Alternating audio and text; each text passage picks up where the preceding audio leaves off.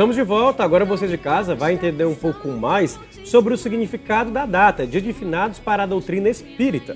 É verdade, e a gente tem o prazer e a honra de receber aqui o palestrante espírita Samuel Ribeiro, do Lar de Clara, né, Samuel? Obrigada, bom dia, obrigada por ter vindo. Bom dia para os telespectadores que assistem a TV União. É um prazer, de uma certa forma, de colaborar com a doutrina espírita, o esclarecimento sobre a sobrevivência da alma. Para nós espíritas, o Dia de Finados é uma data especial, porque são todos os dias. Quando nós amamos alguém, sempre lembramos. E cultuamos através da prece diária, cultuamos através da ação do bem que podemos fazer por aquela memória daquela pessoa. Como, por exemplo, às vezes você perde um filho. Isso é por formas naturais ou de um acidente. Então, nós que somos espíritas, ajudamos crianças que estão socialmente à margem da sociedade, levando roupinhas, levando palavra amiga. É uma forma também de homenagear. No caso, Samuel, você está falando justamente sobre a instituição que é o Lar de Clara, não é isso? Isso. Certo. Agora me explica como é que o espiritismo, ele lida com a questão da morte, né? Com muita tranquilidade. Porque temos a certeza inabalável que sobrevivemos à morte.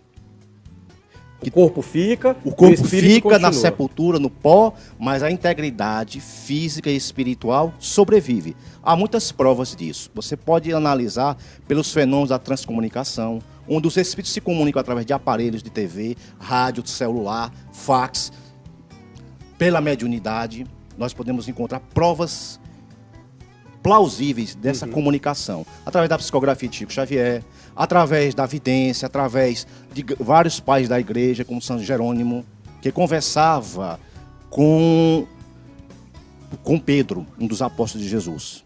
Você vai encontrar Santa Ávila, que voelitava, que ele tinha uma mediunidade de efeitos físicos, que esses profetas, na verdade, eram médiuns. Na nomenclatura atual da doutrina espírita, nós podemos classificar essas pessoas que podem sentir em menor ou maior grau a presença dos espíritos. Esse, portanto, é médium.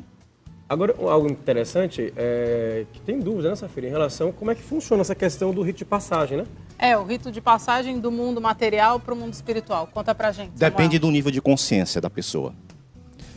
Disse Jesus, o reino de Deus está dentro de vós e o inferno também. Se eu sou uma pessoa muito apegada às coisas terrestres, a minha passagem vai ser uma passagem não muito tranquila, porque eu não vou ter hábito de desprendimento. Eu vou ter uma certa perturbação, momentaneamente, mas sempre serei amparado pelo meu anjo da guarda nessa transição.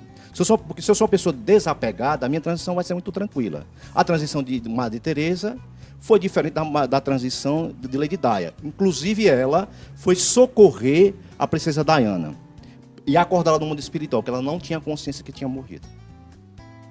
Tá certo. Samuel, conta pra gente assim um pouquinho qual é a visão do espiritismo, como que é do lado de lá, como que é o mundo espiritual para quem não conhece a doutrina. É uma cópia imperfeita da sociedade humana, que são os espíritos, são as almas dos homens. Tem tudo que tem aqui, mais melhorado.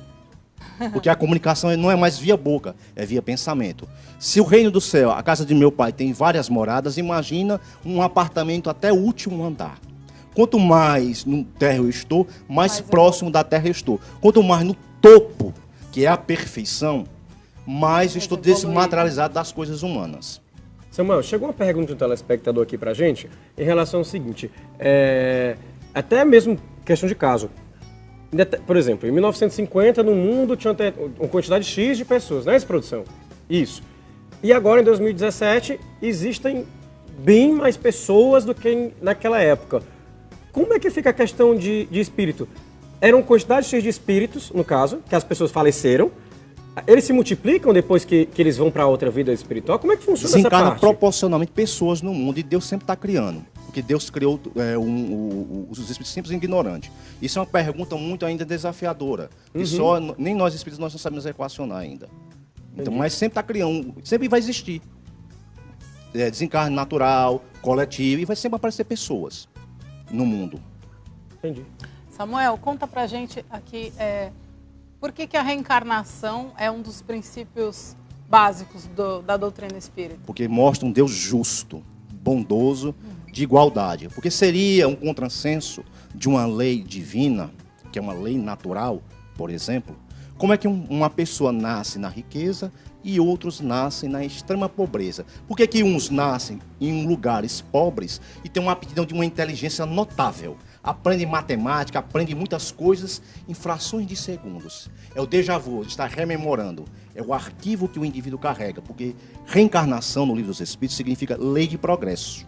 Você evolui. Para contar um caso que fica melhor assim, por exemplo, Nelson Mandela passou vários anos segregados numa prisão. Qual era o passado reencarnatório daquela criatura? Ficar muito tempo ali presa. Ele tinha sido bandeirante. Pelo complexo de culpa, ele desencarnou e pediu a Deus para voltar negro, porque ele era racista, abatia muito em negros, naquela experiência de 1850, que ele estava experienciando naquela época, o Espírito Camilo conta isso, e aí ele volta, passando o vilipêndio, toda a repulsa social, para se redimir perante a sua própria consciência. Então a reencarnação explica que nós não viemos aqui para ser felizes, vencer a si mesmo. Agora, uma dúvida também que eu queria fazer, uma pergunta, é justamente o seguinte.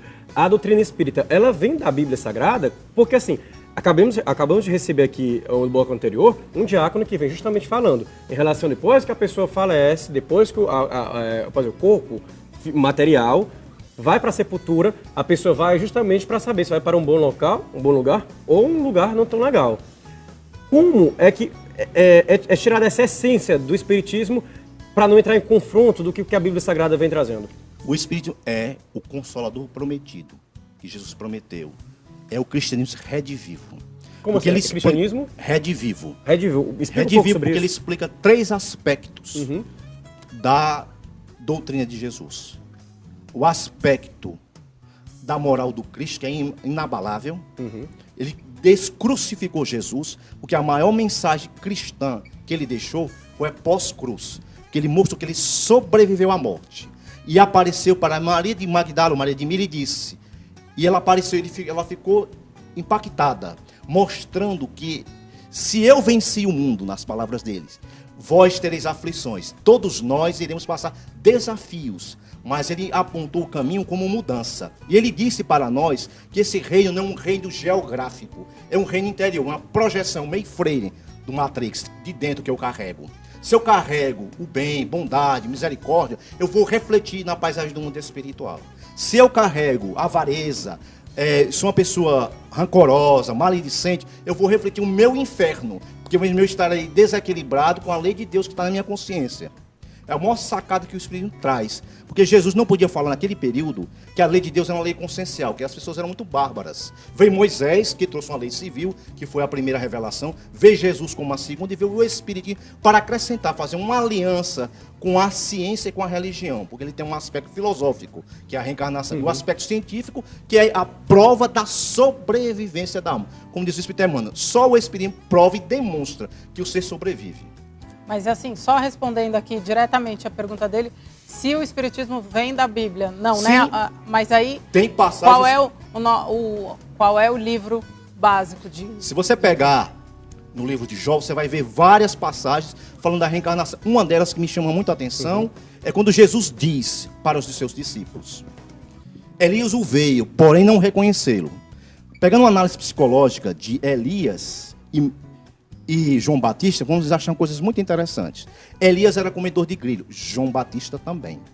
Elias era aquele cara do PT, não faço nenhuma analogia, é só pra gente entender. Ele era um cara politizado, que fazia discurso inflamado. Militante, João Batista também. Isso é complicado. Não sei, mas assim, só pra gente entender de forma didática. Entendi. Didática. Então ele conseguia, de uma personalidade para uma vida a outra, você muda pouca coisa. Você traz, embora eu possa ser homem, posso ser mulher, porque você está sexuado. E eu vou habitar o corpo que eu necessito para a minha evolução. Não, eu estava dizendo do livro base do Espiritismo, que é o Evangelho. O Evangelho, mas não só o Evangelho, a codificação que explica o Evangelho. No caso, vocês acreditam em relação à reencarnação, não é isso? Você vem, passa por um processo que a pessoa precisa passar em vida, aí vai... Não é pagar os pecados, falando da maneira popular, mas vai evoluindo, isso, não é isso? Se nesse caso, você acredita que Jesus continua reencarnando ainda, já que ele é espírito? Jesus é um espírito puro, é o governador planetário da Terra. Ele preside esse orbe, como há outros cristos em outros universos. Você acredita que existem outros cristos em outros universos? Sim, mas aí nós... outras dimensões. Outras dimensões. Mas nesse planeta Terra, ele é o timoleiro, é o que preside. Exato. Verdade, né? É, isso aí. E, assim, vamos aprofundar um pouquinho mais. Vamos perguntar a respeito no pós-morte, né? Quando o corpo físico, o corpo material falece, o espiritismo aceita que seja cremado? Sim, Emmanuel dá a recomendação de 72 horas.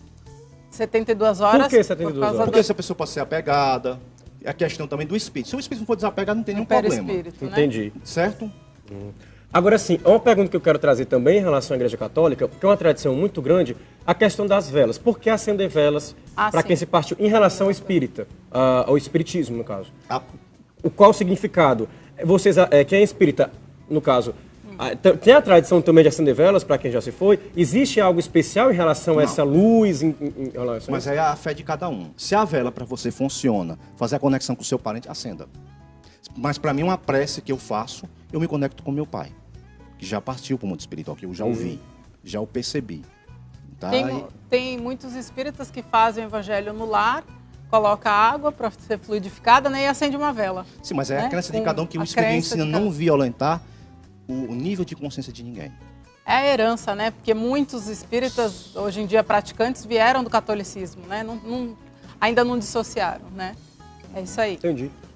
E a gente vai continuar com ele no próximo bloco. Isso, a gente continua um pouco mais debatendo sobre este assunto no próximo bloco. Claro. E no próximo bloco, também, ainda no programa de hoje, para falar a verdade, você de casa vai saber como enfrentar a morte. Pois é, você sabe como dar notícia para um parente seu em relação a esse caso? Porque é importante, né, Safira? Cuidado, saber ter todo cuidado, entender o momento de dor da pessoa. Porque geralmente o período de luto, para você que, no caso, não leva tanto tempo assim para se recuperar, tem gente que leva um tempo a mais, leva uma semana, sofre mais de 3 meses. Há uma dúvida que vem à tona.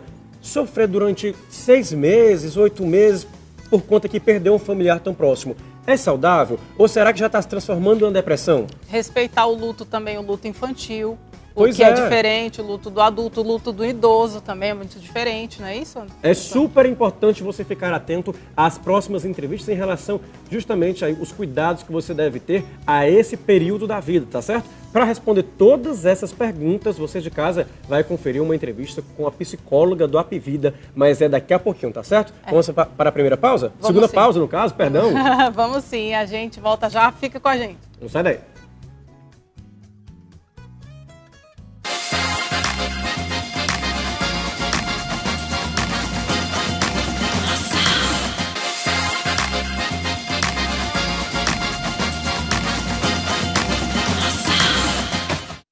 Estamos de volta aqui no Matina. Muito obrigado para você que nos acompanha nessa manhã, quinta-feira, feriado, tá em casa, né? Acompanhando o programa e também descansando um pouco mais dessa semana corrida, ou até mesmo você que está trabalhando, né? Dinheirinho extra aí, já que é dobrado, hora extra, né? Tá se informando sobre esse feriado aí, feriado Dia de Finados. Isso mesmo, já recebemos aqui no programa um diácono da Igreja Católica que já falou em relação aí qual o significado da data para os católicos. E agora a gente está aqui no estúdio com Samuel Ribeiro, que é um palestrante espírita dando continuidade ao tema, né? Exato. Vamos lá. Eu queria pedir, antes de voltar aqui com as perguntas finais aqui, Samuel, eu queria pedir para a produção um slide. Cadê? Tá aí. Ó. Para Allan Kardec, gente, o que Allan Kardec defende, né? Que a morte é apenas a destruição do corpo e não do perispírito, que separa do corpo quando nele cessa a vida orgânica. E Allan Kardec, o Samuel pode falar melhor, né, que foi quem preconizou, né, quem escreveu o Evangelho segundo o Espiritismo. Ele era discípulo de Pestalozzi, era um homem muito frio, muito racional, e ele percebeu que aqueles fenômenos das mesas girantes, que foram uma forma de chamar a atenção da humanidade, que estaria os grandes enigmas, que ele começou a perceber e fazer perguntas. E começou dali tirar consequências morais, porque as reuniões lá em Paris eram reuniões frívolas, conforme Moisés proibia. Né, que as pessoas ficam, vou casar, vou ter dinheiro, vou ganhar na Mega Sena. Isso é sério. Não se presta esse tipo de papel, de jeito nenhum. Ensina ao seu tutelado, todos nós temos anjo da guarda, que é o guia espiritual, que é o mentor para o espiritismo. Isso é um patrimônio que Deus otorga à pessoa. Então é um espírito muito evoluído e que ele vai ensinar o seu aluno a resolver seus próprios problemas. Qual é o professor que tira a lição dele? Para que ele possa evoluir. Agora eu queria entender um pouco também, antes de chamar o próximo slide, em relação à pergunta, né, para a gente mesclar aqui na entrevista, sim. de onde extraiu a questão da realidade, da verdade, da questão que vocês pregam tanto em relação à imortalidade? De onde foi que veio essa questão, a comprovação dessa imortalidade, que realmente pode se sair aí de um corpo, passar para outro corpo, dependendo das suas atitudes em terra? Como é que funciona tudo isso? É um processo que a gente pode buscar em estudos também científicos também. Nós temos hoje, por exemplo, estudiosos das ciências mais modernas que estudam sobre os fenômenos. Vamos ver na Igreja Católica o padre François Bruno, que escreveu um livro muito sui generis, né? Vozes do Além. E ele foi gravar, sabe, passas para compor uma obra para cantar lá no Vaticano, para fazer cantos gregorianos. E sem querer, acidentalmente, ele gravou ruídos. E diziam que eram as almas dos homens. Ele tomou um susto com aquilo. E ele conseguiu fazer mais pesquisas. Hoje você tem uma aparelho chamada Spiricom, que consegue registrar a presença dos espíritos. Como é que a gente comprova isso? Isso é uma convicção intransferível. Com observação. Como é que eu cheguei a essa conclusão? O meu pai morreu faz 2 anos agora. Ninguém me disse por livro. Eu percebia lá andando lá na minha casa. Que é uma coisa que eu não posso transferir.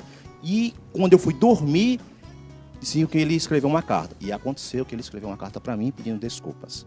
Porque a gente tinha um processo ainda não muito de ressentimento, de algumas coisas que ficaram mal resolvidas. E ele pediu perdão e ele saiu da minha casa. Porque para mim a mediunidade é algo muito natural. Conversar com gente do outro lado da vida é extremamente natural. E essa carta aí é uma psicografia, não é isso? É, mas só tem dados que eu mesmo sabia. Meu pai tinha uma forma muito peculiar de escrever. Que eu sabia, e aí ele escreveu. Como é que você descobre isso? Você tem que, sabe, pesquisar. Você tem o livro Nosso Lar, você tem pesquisas do Dr. François Bruno e de outros cientistas aí que estudam muito bem a imortalidade. Entendi. As experiências pós-morte, que a pessoa diz que vê um túnel e vê lá a sala de cirurgia, e quando volta, ela faz uma mudança de atitude para melhor, que seria a sua estrada de Damasco. E tem também, além dessa... Dentro da psicografia, até crimes são desvendados, né? São revelados, já tem casos aqui. Inclusive aqui no nosso estado do Ceará, através do Newton, né? O Newton Souza? Newton Souza. É meu professor nisso. Isso, a Lagoa do Juvenal. A mãezinha foi lá para procurar o filho que tinha algum autismo leve. E o sogro escreveu, dizendo que ela não procurasse mais em necrotérios, e procurasse mais em hospitais, pois o filho havia sido assassinado. E todo mundo, como nós espíritas somos meio descrentes de informação no mundo espiritual, nós fomos verificar. Ele deu a localização dos ossos e estava lá. Aí o delegado foi lá. Foi lá, está no YouTube para quem quiser ver. Entendi. Próximo slide que já está na tela, Safira? Isso. Veja aí, ó. Olha lá, para Chico Xavier, gente. Você que conhece aí, já ouviu falar de Chico Xavier, um grande escritor, excelente médium. A morte é simples mudança de veste, somos o que somos. Depois do sepulcro não encontramos senão o paraíso ou o inferno criado por nós mesmos. Quando diz essa frase, ele quer relacionar justamente as obras que você faz aqui na Terra. É o estado emocional. E se eu faço eu posso lhe dar pão, mas se eu não mudo aquilo por dentro de mim, é só um ato. Não internaliza aquilo. Eu posso falar lindo a linguagem dos homens e dos anjos, mas se eu não tiver perdão no coração, indulgência com os outros, eu vou carregar esse inferno emocional para eternamente dentro de mim. Eu tenho que desfazer desses nós que eu carrego. A função da reencarnação é resolver minhas próprias dificuldades como ser humano, identificar os meus pontos fracos e mudar para que eu possa ser feliz. Mesmo porque a caridade é um dos princípios básicos da salvação, né? Salvar de você mesmo. Sabe, se você conseguir salvar de você mesmo, ser um ser humano mais leve no dia a dia. Eu queria saber, entender um pouco mais também em relacionando as perguntas que nós fizemos no bloco anterior, trazendo para cá também. Nós falamos em relação à salvação. É dom de Deus ou é esforço do homem? Esforço. Em relação ao espiritismo, como é que funciona? Porque assim, a pessoa sempre vai reencarnando, né? Vai reencarnando. Existe algum momento que a pessoa para de reencarnar, vai para onde? Vai para algum bom local, vai para o inferno, vai para o céu? Como é que funciona esse processo? Vai ajudar na criação de Deus. Vai ser um ministro de Deus. Tá, mas a pessoa reencarna quantas vezes na vida? Até ele não ter mais necessidade de paixões humanas. Nós estamos, segundo a classificação do livro dos Espíritos, na terceira escala espírita. Inveja, orgulho, vaidade, ciúme, eu estou nessa escala. O nosso anjo da guarda está na segunda. É mais evoluído, porque para poder tutelar os meus pais. Quantas gerações para poder... Mas veja só, se você crescer os ignorantes, na medida que você evolui... Chico Xavier, que é um exemplo mais perto da gente, não precisa mais reencarnar. Porque aquele homem ama de um jeito que eu não amo. Tem um perdão incondicional que Irmã Dulce tem, que eu não tenho. Tem um perdão que Madre Teresa tem e vê a humanidade, que eu não tenho. Então essas almas são mais amadurecidas. Elas vêm em missão para ajudar. A gente aqui, a gente veio para a gente tirar esses nós emocionais dentro da gente. Samuel, conta aqui pra gente por quais razões a doutrina espírita defende, acha que é o mais importante, a imortalidade da alma. Porque ela dá um alívio ao ser humano. A cruz mais pesada sua de hoje, você vai dizer, vai passar. Eu não sou daqui. É apenas um breve momento. E pegando aquela cena linda do filme de Mel Gibson, quando Jesus diz para sua mãe, aqueles momentos doloridos, mãe, a tudo eu restauro. E nós vamos dizer para a nossa dor, por mais que você esteja doendo de mim, eu vou restaurar dessa. Porque tem uma lição a aprender. Qual é a lição? Essa cruz que você carrega é o rancor, então perdoe. Perdoar não é ser conivente com o erro do outro, mas dá uma chance para você ser feliz, para você se libertar daquele pensamento intrusivo na sua cabeça. Eu queria tirar outra dúvida também em relação, por exemplo, o dia de finados é um momento que as pessoas de casa que estão nos acompanhando visitam muito o cemitério, né? Existe essa tradição aqui no Brasil, as pessoas no dia 2 acordam cedo, vão visitar lá o túmulo do parente, ver como é que está em questão, muitas vezes burocrática do cemitério, enfim. Nesses locais, existe a presença de muitos espíritos? Como é que funciona? Eles vão estar sim. Existe, posso dizer, falando bem leigo, tá? Em relação a ser perseguido por algum tipo de espírito, algum cor de roupa que você tem que vestir, porque você escuta especulações na mídia, como você de casa pode colocar no YouTube, algumas pessoas falam sobre isso. Ah, você tem que ir com roupa tal, você não pode acordar, não pode ir tal horário. É mito tudo isso que as pessoas vêm trazendo em relação o espírito pode te acompanhar para sua casa, essas coisas que vem escapulando aí. Veja só, Allan Kardec teve essa mesma preocupação sua. Ele perguntou se os espíritos interferiam na nossa vida. Questão 450. Sim, são eles que muitas vezes vos dirigem. Essa direção é via mental, porque eles não têm boca. Então, o pensamento vai dizer ao teor de espírito que está me acompanhando. Se o teor é bom, se não me dá ansiedade, não me dá raiva, então se me dá raiva, já é uma boa companhia. Como é que eu combato oração? Boas músicas, bons sentimentos, eu vou estar assessorado com bons espíritos. Agora, se eu penso o ódio do outro, quero vingança, que tipo de entidade vai andar comigo? Semelhante atrás de semelhante. Existe um brocado popular muito verdadeiro. Direis como tu pensas, direis como tu ages e direis quem é as tuas companhias. O maior corpo fechado que você pode ter é querer vencer os seus pontos fracos. Você acredita que a sociedade que a gente vive hoje em dia em relação a drogas, em relação a esse mal que está aí, a violência, é diretamente influenciada em relação por conta do espiritismo? São espíritos ruins que estão na Terra? Como é que você faz justamente essa análise do que como o mundo está hoje? A causa é o próprio homem, o egoísmo do próprio homem. Eu atraio com uma lei de sintonia. Primeiro é de mim, porque eu gosto muito da lenda grega do calcanhar de Aquiles. Qual é teu ponto fraco? Você gosta de mentir? Então você vai se afinizar com gente do além que gosta da mesma coisa. Você gosta de beber? Ele vai apenas influenciar. Eu vi uma cena lá no apartamento do meu pai que eu achei muito interessante, que eu não tinha visto. Meu pai gostava de beber. Ele foi beber e eu olhei para ele. Apenas se vampirizou, se acoplou ao meu pai porque ele tinha uma ligação, uma afinidade. Samuel, conta pra gente aqui em casa, porque tem gente que tem dúvida, não sabe como lidar com esses fenômenos, tem escutado, tem a mediunidade auditiva, já escreveu de uma maneira influenciada e não sabe o que fazer com isso, está psicografando, não sabe quem procurar, né? E tem essa mediunidade mais ostensiva e se sente meio perdido. O que ela pode fazer, quem ela pode procurar, que atitude tomar, quem está em casa, que está assistindo a gente, conta pra gente. Mudar o comportamento, certo. Ter o hábito da oração, o hábito da caridade e buscar um bom centro espírita. E estudar a própria faculdade. Caridade, pois é. Estudar, você sabe quando sou eu, quando alguém está me influenciando. Porque a gente sabe. Sim. Um pouco de maturidade de tempo, você vai saber Quando é que essa é uma influência? Geralmente um pensamento sugerido, ele vem sem a gente pensar. Exato. Então, aí a caridade, ela pode fazer um voluntariado, Sim. procurar ajudar não só uma entidade espírita, um hospital, não precisa ser nesse... O que é que notabiliza Lugar o Chico religioso. Xavier? Não foi a mediunidade. O ser humano Chico Xavier. A mediunidade era apenas uma ferramenta que ele tinha. Mas o amor que ele exalava dava as boas companhias.